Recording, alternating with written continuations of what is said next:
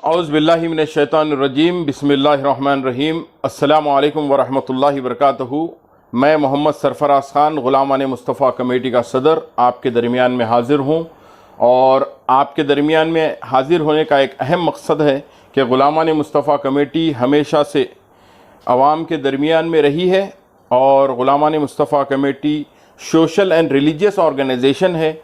आपके दरमियान में आज ये वीडियो बनाने का मकसद, अहम मकसद ये है कि कुल हिंद मजलिस इत्तेहादुल मुस्लिमीन के हमारे सदर अलहाज बैरिस्टर असदुद्दीन ओवैसी साहब की जो यूपी में इलेक्शन के नताइज आए हैं उसके ऊपर कई सारे लोग अपनी अपनी जो है एडवाइस दे रहे हैं कि यूपी को नहीं जाना था असदुद्दीन ओवैसी साहब और यूपी में जाके वहाँ पे बीजेपी को जिता दिए।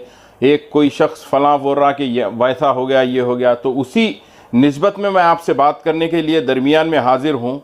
मैं चंचलगुड़ा के एक सियासी बेरोज़गार शख्स, मैं उनका नाम लेना भी गवारा नहीं करना चाहता हूँ। अब पिछले 1-2-4 महीनों से चंदे का धंधा चला रहे हैं वो शख्स बैरिस्टर असदुद्दीन ओवैसी साहब को ये कहता है कि जो है अब इन्हों आके ऐसा तमाशा करके चले गए यूपी में बीजेपी को जिता के चले गए और यूपी में जो है मुसलमानों को फलां कर दिए, मुसलमानों का अब हाल क्या होने वाला है यूपी में देखिए बोल के एक चंचलगुड़े का शख्स जो चंदे का धंधा करने लगा है अब आजकल, वो शख्स के ऊपर पहला मैं जवाब देना चाहता हूं कि बाबा आप जो है जिंदगी में कभी जो है अब इंशाल्लाह कॉरपोरेटर तक नहीं बनेंगे।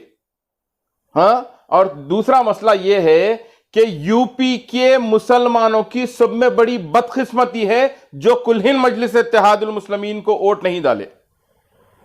बदनसीबी बैरिस्टर असदुद्दीन ओवैसी साहब की नहीं है, बदनसीबी आपकी है, वहां के मुसलमानों की बदनसीबी है कि वहां में जो है आप कुल हिंद मजलिस इत्तेहादुल मुस्लिमीन को ताकत और जो है उनको पावर नहीं दिए। अरे अगर आप मिसाल के तौर पे ये सोचिए कि अगर आप वहां पे जीत गए, मजलिस इत्तेहादुल मुस्लिमीन के अराकीन वहां पे मुंतखब अगर होते तो फायदा किसका होता था?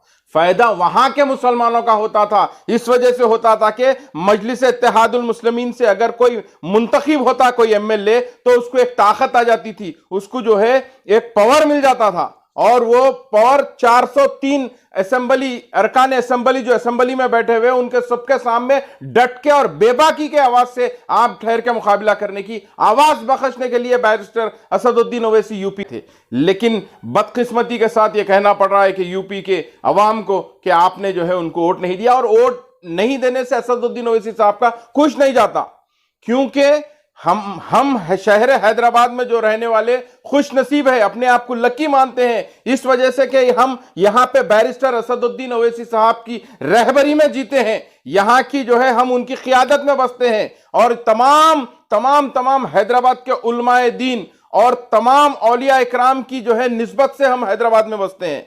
और एक मौसूफ जो एक मलकपेट में रहते हैं वो मौसूफ ये बोल रहे हैं कि कुरान शरीफ कसम खा के मैं बोलता हूं कि उनके ऊपर अल्लाह की लानत है। अरे मेरे भाई आप कौन सी बात कर रहे हैं?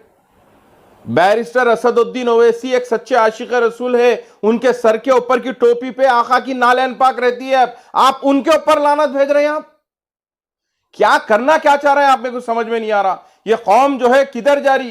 कभी भी आप याद रखिए हमारी कौम को हमारे ही लोगों से जो है नुकसान पहुंचा।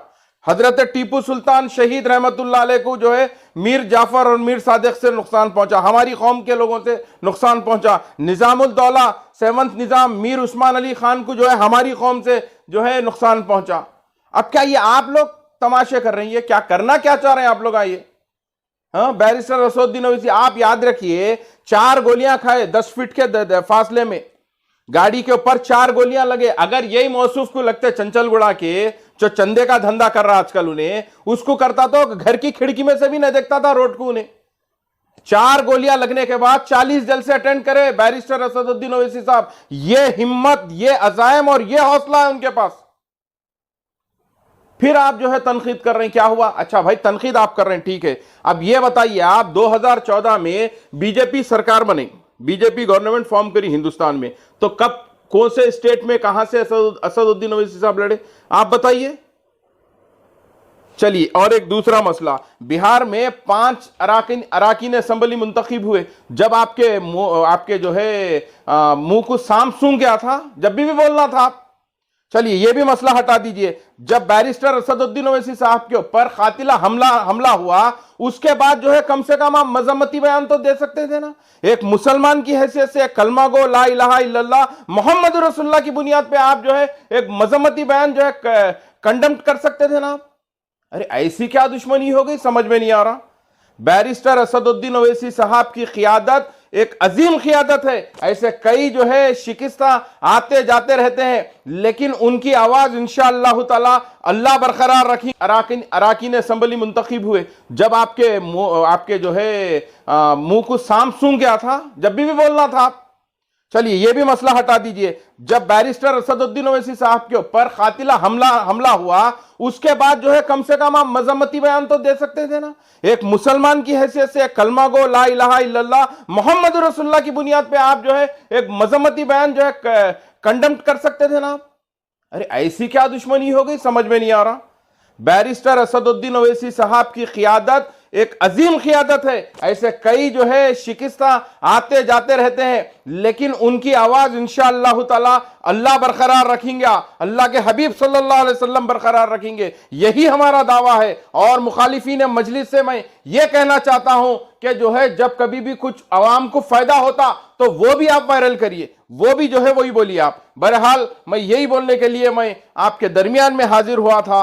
बस मैं यही अल्लाह से दुआ करना चाहता हूं कि अल्लाह ताला कुल हिंद मजलिस इत्तेहादुल मुस्लिमीन को और मुस्तहकम बनाए, और कुल हिंद मजलिस इत्तेहादुल मुस्लिमीन को अल्लाह ताला ता क़यामत सुबह क़यामत तक कायम व बरकरार रखे। व आखिर व दावा अल्हम्दुलिल्लाहि रब्बिल आलमीन। अस्सलामु अलैकुम व रहमतुल्लाहि व बरकातुहू।